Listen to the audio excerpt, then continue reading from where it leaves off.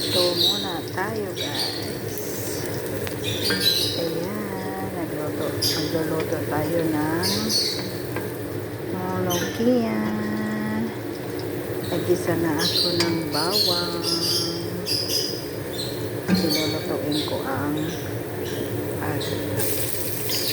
ganyan natin ang sibuyas. Silulutuin ko ang laham.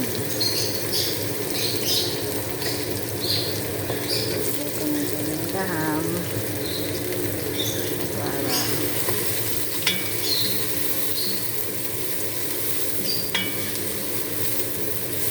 pakukuloan ko ang laham dyan para kapag malambot na ang laham, ibubuhos ko naman ang ating lumpia.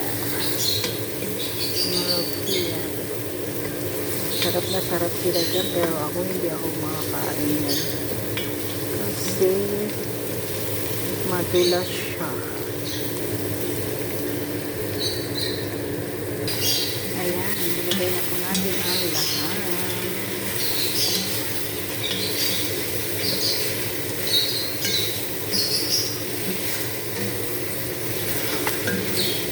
Ayan, ating lagyan ng tubig at pakuloan para lumambot ang ating laham. At tapos yan, pag malambot na, saka natin ibubuhos ang lumpia. Thank you for watching, guys.